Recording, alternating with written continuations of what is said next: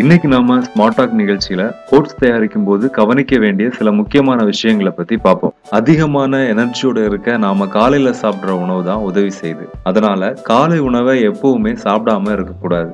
ஆனா இன்னைக்கு இருக்கிற இந்த அவசர உலகத்துல காலையில சாப்பிடுற நேரத்தை கம்மி பண்றதுக்காக எல்லாருக்கும் இருக்க ஒரு ஈஸியான தீர்வு தான் இந்த ஓட்ஸ். ஓட்ஸ் சத்து நிறைஞ்சதுதான். அதிகமா நார்ச்சத்து, புரதச்சத்து மற்றும் இரும்பு சத்து மாதிரி மினரல்ஸும் இருக்கு. எளிதா எல்லாருக்குமே ஜீரணமும் ஆயிரும். இது எல்லாத்தையும் விட ஓட்ஸ் சமைக்கிறதுக்கு எடுத்துக்கிட்ட நேரம் பார்த்தச்சுன்னா மிக மிக குறைவு. அதனால நிறைய பேர் ஓட்ஸ் தயாரிக்கும் போது பல தவறுகளை பண்றாங்க. அதனால என்ன ஆகும்னா அதோட முழு சத்துக்களும் நமக்கு கிடைக்காம போகுது. அது என்ன தப்புன்னு இப்ப நாம பார்க்கலாம். நிறைய பேரை பாத்தீங்கன்னா டயட் இருக்கிறேன்னு சொல்லிட்டு பால்ல ஓட்ஸ் கலக்காம தண்ணிய தயாரிப்பாங்க. இது முழுக்க முழுக்க ஒரு தவறான விஷயம்.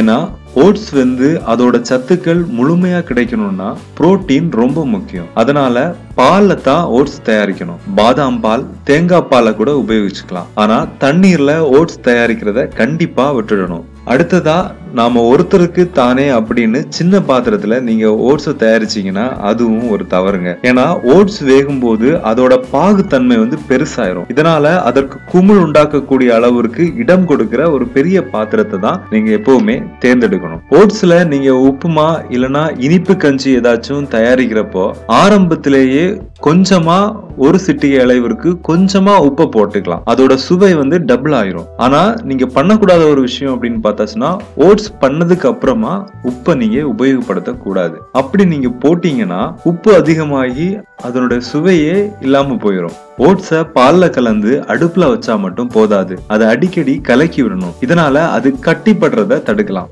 வெறும் 2 நிமிஷத்துல ஓட்ஸ வேக வைக்கிறதுக்கு அது ரெடிமிக்ஸ் எல்லாம் கிடையாது.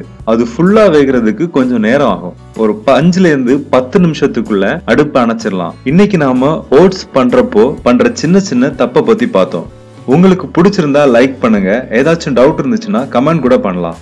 இந்த மாதிரியான மேலும் பல பயனுள்ள வீடியோக்களுக்கு எங்க ஸ்மார்ட் டாக் சேனலை சப்ஸ்கிரைப் பண்ணுங்க.